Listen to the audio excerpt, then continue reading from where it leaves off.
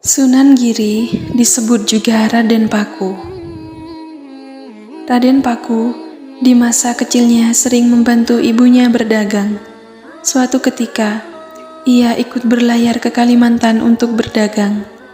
Sesampainya di Kalimantan, Sunan Giri tak menjual dagangannya secara kontan, tetapi boleh secara hutang atau dicicil pembelinya.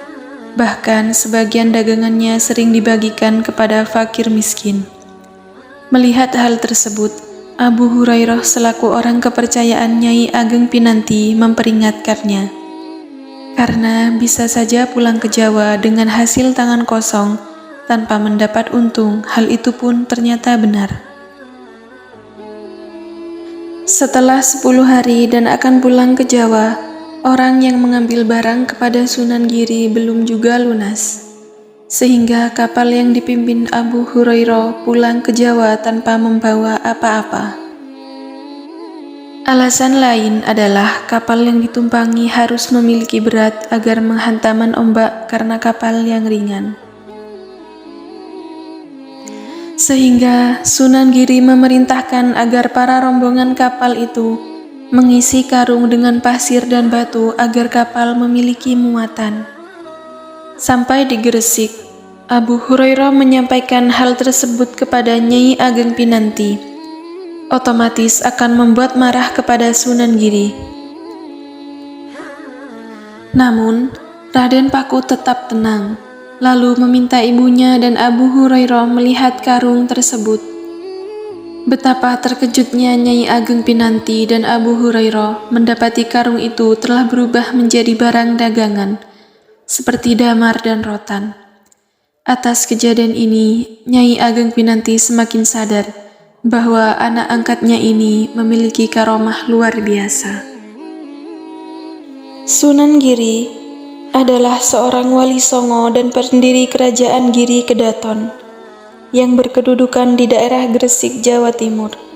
Sunan Giri membangun Giri Kedaton sebagai pusat penyebaran agama Islam di Pulau Jawa, yang pengaruhnya bahkan sampai ke Madura, Lombok, Kalimantan, Sulawesi, dan Maluku. Sunan Giri memiliki beberapa nama panggilan, yaitu Raden Paku, Prabu Satmata, Sultan Abdul Fakih, Raden Ainul Yakin, dan Joko Samudro. Ia lahir di Belambangan tahun 1442 dan dimakamkan di Desa Giri, Kebomas, Gresik. Beberapa abad menceritakan pendapat yang berbeda mengenai silsilah Sunan Giri. Sebagian babat berpendapat bahwa ia adalah anak Maulana Ishaq, seorang mubalik yang datang dari Asia Tengah. Maulana Ishaq diceritakan menikah dengan Dewi Sekardadu, yaitu putri dari Menak Sembuyu penguasa wilayah Belambangan pada masa-masa akhir kekuasaan Majapahit. Pendapat lainnya kemudian melengkapinya bahwa Sunan Giri juga merupakan keturunan Rasulullah Shallallahu Alaihi Wasallam, yaitu melalui jalur keturunan 1. Husain bin Ali, 2.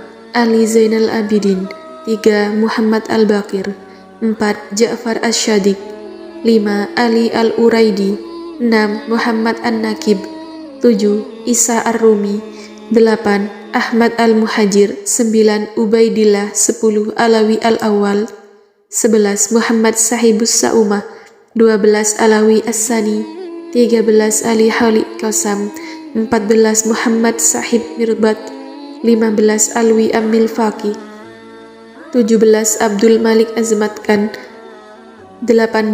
Ahmad Syekh Jalaluddin Azmat Khan, 19. Husain Jamaluddin Akbar Azmat Khan, 20. Ibrahim Zainuddin Al-Akbar Asy-Syamarokondi, Ibrahim Asmorokondi, 21. Maulana Ishaq Azmat Khan, 22. Sunan Giri Muhammad Ainul Yakin. Pendapat ini disepakati berdasarkan riwayat pesantren-pesantren Jawa Timur dan catatan nasab Sa'adah Ba'alawi Hadramaut.